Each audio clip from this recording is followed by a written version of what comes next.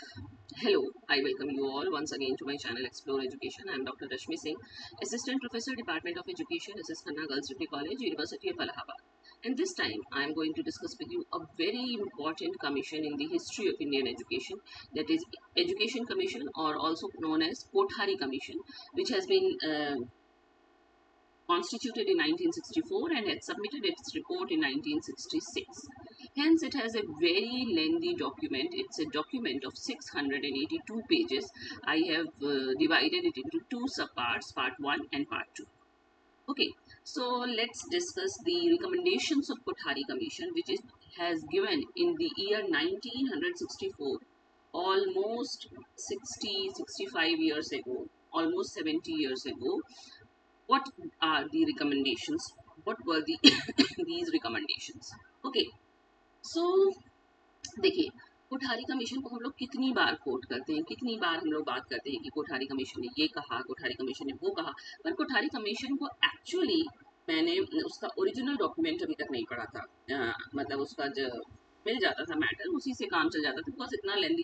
तो पहली बार मैंने इस डॉक्यूमेंट को ओरिजिनली पढ़ा है, मतलब सरसरी तौर पे ही पढ़ा है, क्योंकि 682 पेज का डॉक्यूमेंट है, बहुत ही लंबा चौड़ा डॉक्यूमेंट है, ये बहुत ही लेंदी। आप इसकी राष्ट्रीय शिक्षा नीति 2020 से तुलना करें तो वो 62 पेज का डॉक्यूमेंट है, 10 गुना से ज़्यादा इसमें कंटेंट है, इसलिए इसको वर्ड बाय वर्ड पढ़ना मुश्किल है। बट पढ़ने पर मैंने जाना कि कितनी ही बातें कोठारी कमीशन ने कही हैं, 1964 में कही हैं।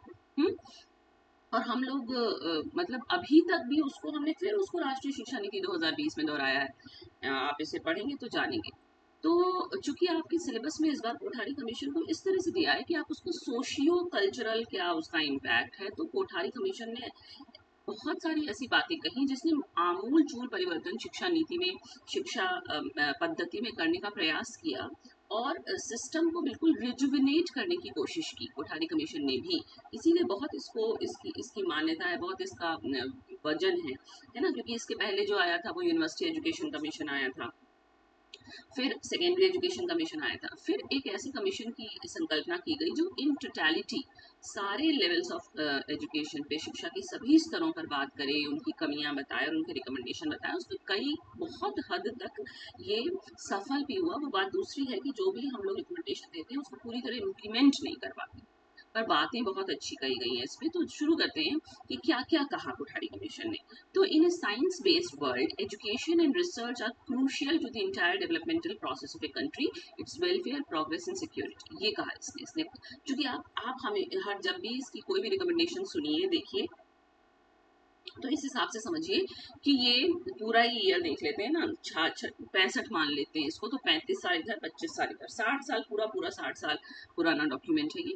तो 60 साल पहले साइंस का उद्भव हो रहा था। 60 साल में तो हम कहाँ से कहाँ आ गए हैं। तो इसलिए कहा जा रहा है कि ऐसा संसार जो विज्ञान आधारित है, उसमें शिक्षा और अनुसंधान जो है वो क्रूशियल है किसी भी देश की प्रगति के लिए, उसकी उन्नति के लिए, उसकी सुरक्षा के लिए। और क्या कहा, the destiny of India is now being shaped in her classrooms. ये तो बहुत फेमस कोटेशन है कोठारी कमीशन की, बहुत जगह कोट किया जाता है कि अब भारत का भविष्य जो है वो उसकी कक्षा कक्षों में आकार लेगा।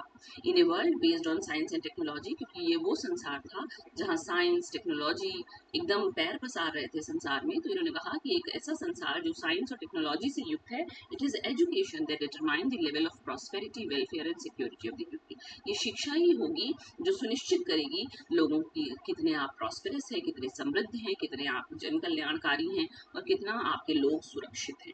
तो इन्होंने कुछ खास बातें कही, बाद में ये रिपीटेटिव है, लेकिन फिर भी जो इन्होंने कहा, जो जो इसके पहले नहीं कहा गया था, जैसे वर्क एक्सपीरियंस। देखिए, वर्क एक्सपीरियंस पे हमने अलग से भी बात की और वहां पे भी हमने कोट किया है कि कोठारी कमीशन ने कहा। अब कोठारी कमीशन में देखने को मिल रहा है कि कोठारी कमीशन ने कहा कि वर्क एक्सपीरियंस को इंट्रोड्यूस कीजिए, और सोशल सर्विस को, जो हम लोग एनएसएस की बात करते हैं, कि कोठारी कमीशन ने 60 साल पहले कहा कि आप इसको जनरल एजुकेशन का इंटीग्रल पार्ट बनाइए और सभी लेवल्स पे आप इसको कार्यकारी बनाइए।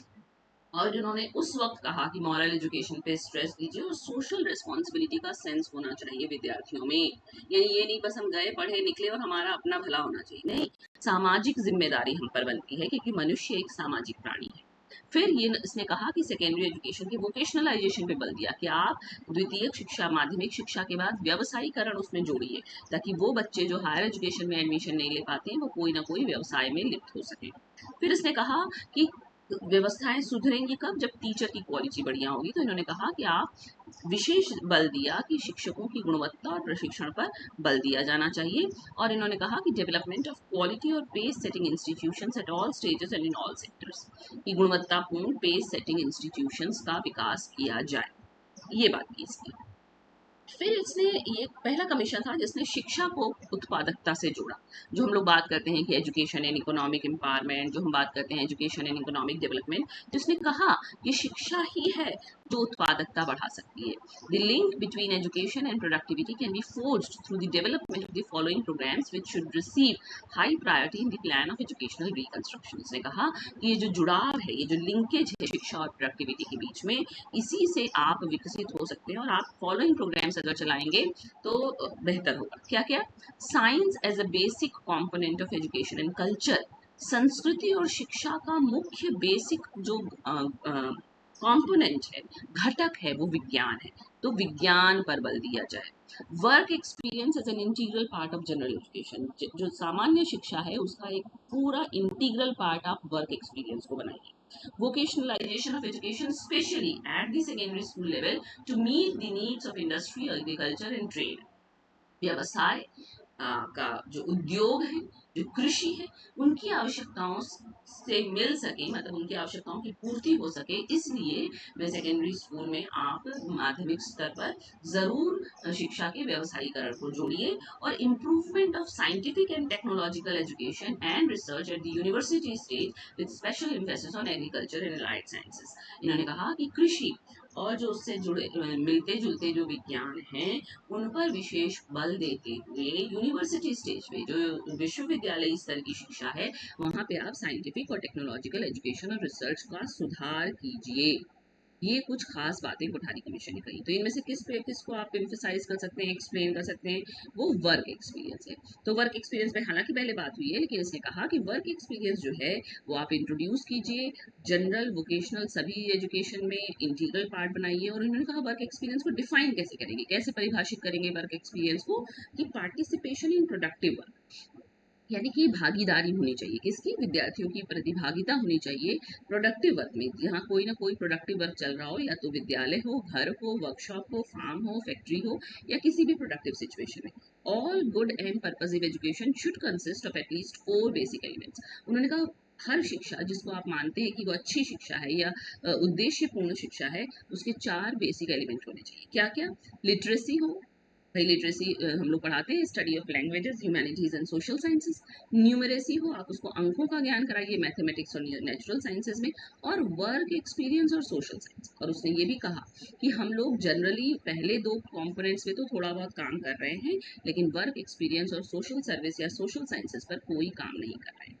वर्क एक्सपीरियंस क्या हेल्प करेगा बच्चों को, स्टूडेंट्स को? To develop in them values, उनमें मूल्यों का विकास करेगा, विच प्रमोट इकोनॉमिक ग्रोथ, जिससे आर्थिक वृद्धि होगी, such as appreciating the importance of productive work and manual labour, जिससे उनमें मतलब हाथ से करने वाले श्रम के प्रति वो एप्रिशिएट कर पाएंगे, प्रोडक्टिव वर्क की महत्ता होगी। And willingness and capacity for hard work and thrift, और उनमें इच्छा जागेगी, उनकी कैपेसिटी होगी कि वो परिश्रम कर सकें। और आजकल तो मतलब परिश्रम तो दूर दूर, हर चीज़ के लिए तो ऐप है, हर चीज़ के लिए तो एक कॉल पे सब कुछ होना है। परिश्रम करना तो छोड़ ही दिया है हम लोगों ने। खैर 60 साल पहले कोठारी कमीशन ने कहा था, और आप समझते हैं, आप समझ सकते हैं कि ये आज भी प्रासंगिक है। ओके।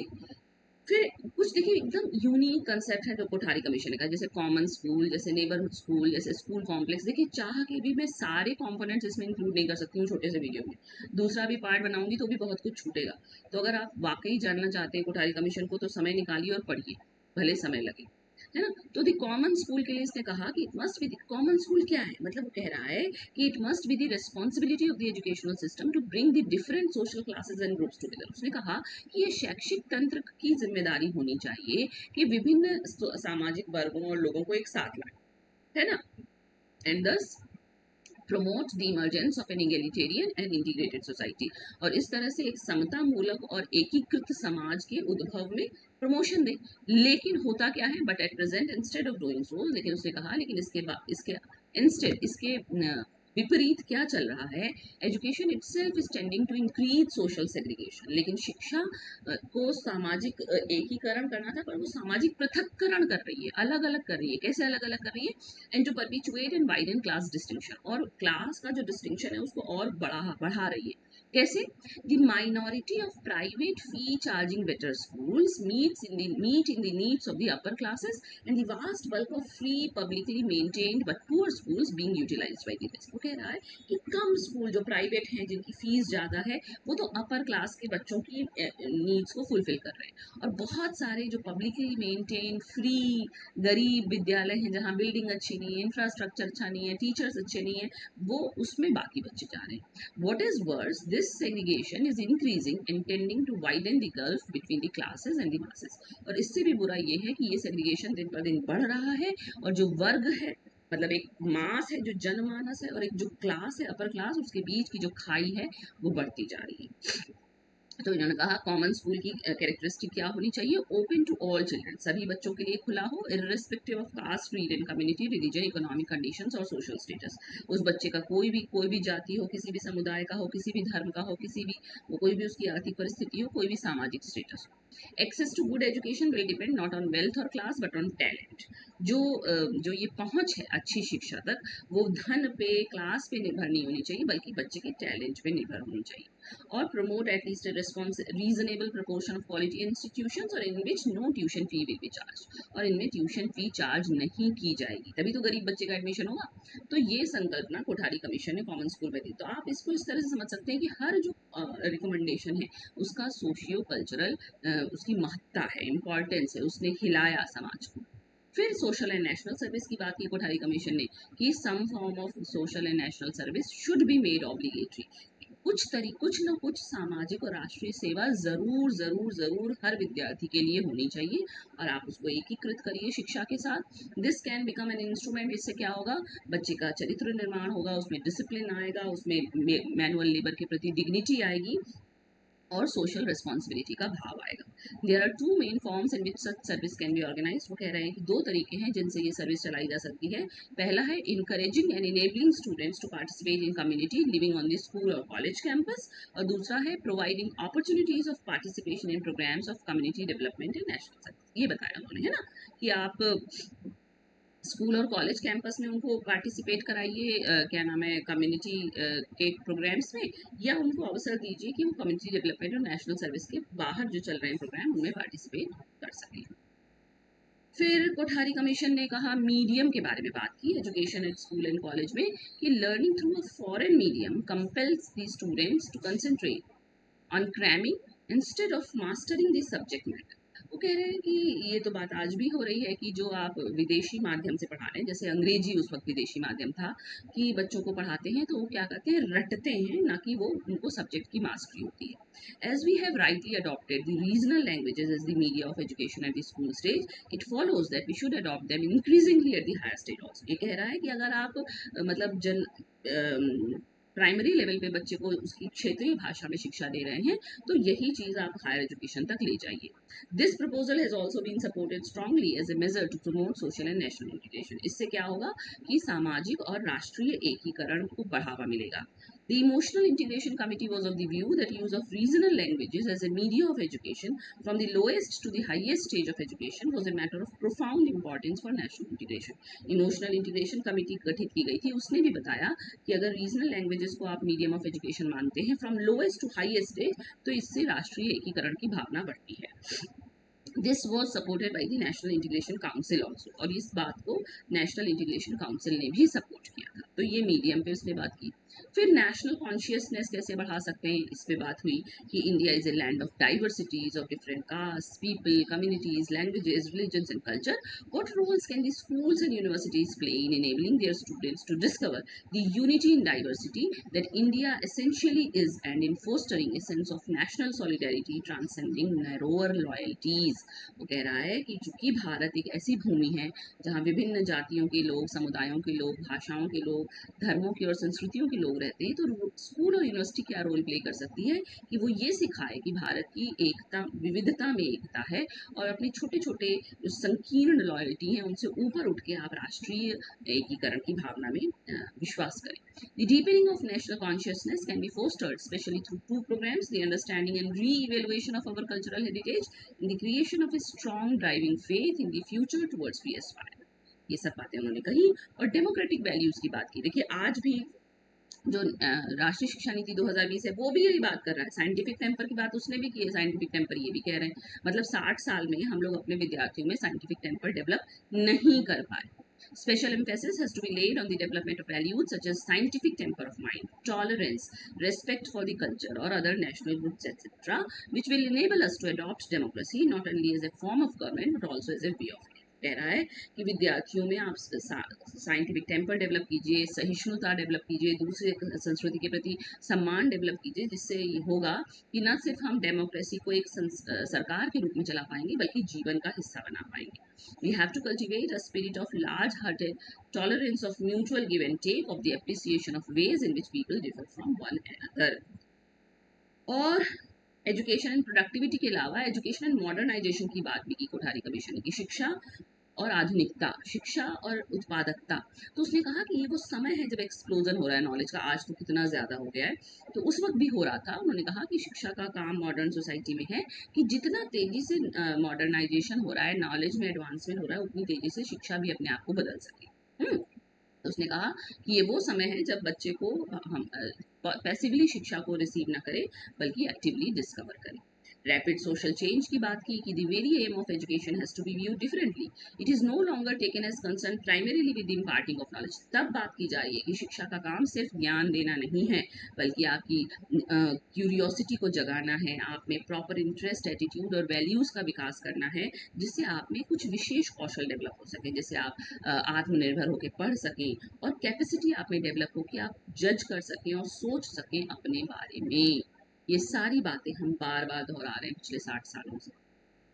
और towards equalisation of educational opportunity, ये भी एक बहुत इंपॉर्टेंट टॉपिक है. एजुकेशनल अपॉर्चुनिटी के इक्वलाइजेशन की बात भी कोठारी कमीशन ने की कि one of the important social objectives of education, की शिक्षा का सामाजिक उद्देश्य क्या है, सबको समान अवसर मिले, जिससे जो बैकवर्ड है, जो अंडर प्रिविलेज क्लास है, उसको शिक्षा एक लीवर की तरह से मिले और उसकी कंडीशन को सुधार सके.